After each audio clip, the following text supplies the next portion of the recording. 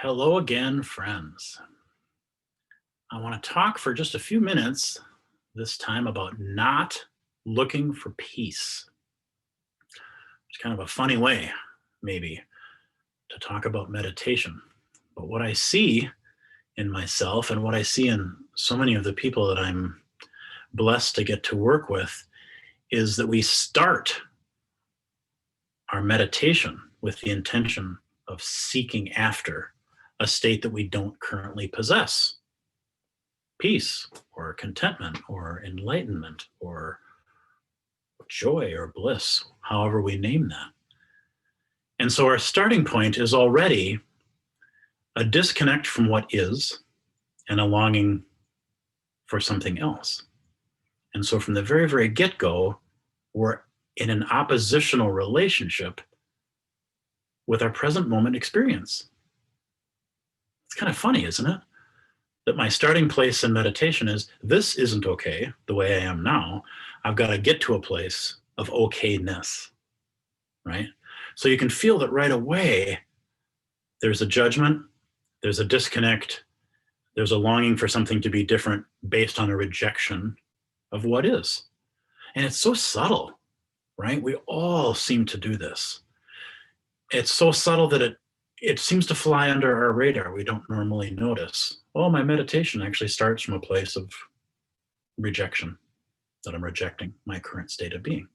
So I'm encouraging us to experiment with the idea of not looking for peace, to instead have our meditation practice be grounded in being the peaceful witness, being the peaceful observer, being the peaceful container for whatever is already here, right? So that our meditation practice becomes a noticing of and an embrace of what is already here. Sounds simple. In actual practice, this is very, very challenging for us.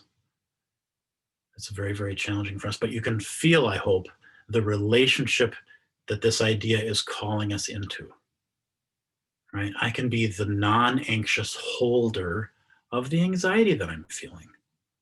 I can be the non-judgmental container for the anger or the confusion that I'm experiencing, right?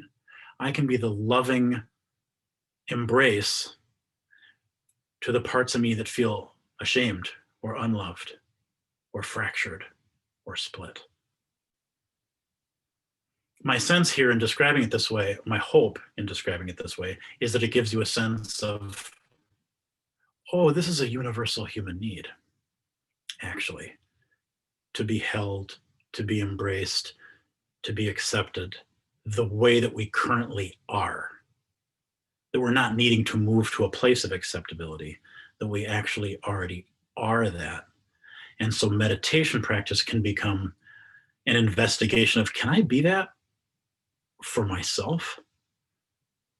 Is it possible to, take my meditation posture and set my timer, light my candle, make my bow, ring that bell, and then go, whatever shows itself here, I accept.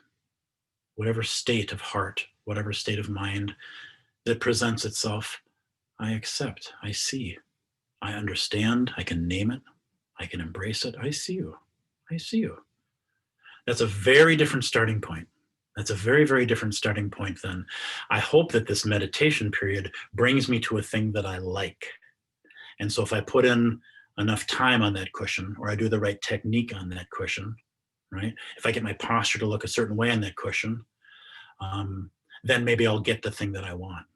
Can you feel how that's a transactional, conditional relationship? And it's with ourselves, right? It's with our own experience.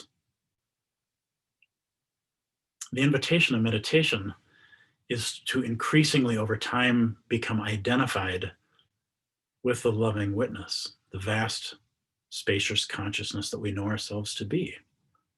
And that vast, spacious consciousness that we grow to know ourselves to be cares deeply and is invested in all of the forms of time, the human experience, right? All of the movements and wriggles of the world of form, right? Life and death and birth and aging and struggle. That spacious place that is at our core has no difficulty bearing witness to, having compassion for, offering wisdom to all of those movements. And so that starting point, the starting point of that vast, spacious witness is always, it's okay. Whatever the thing is okay. I'm here for it. I can bear witness to it. I'm willing to feel it. That's our invitation this week. Try that for a week or two, maybe in your meditation. Just see if you can adjust a little bit your starting point. Maybe you can invite yourself into this position that I'm trying to describe of, let's be the embracer of that which arises, right? As opposed to always having an agenda for it. I think collectively, we need to forgive ourselves, for not always being at peace. That when we show up to the cushion and find a wounded human, that's an okay thing.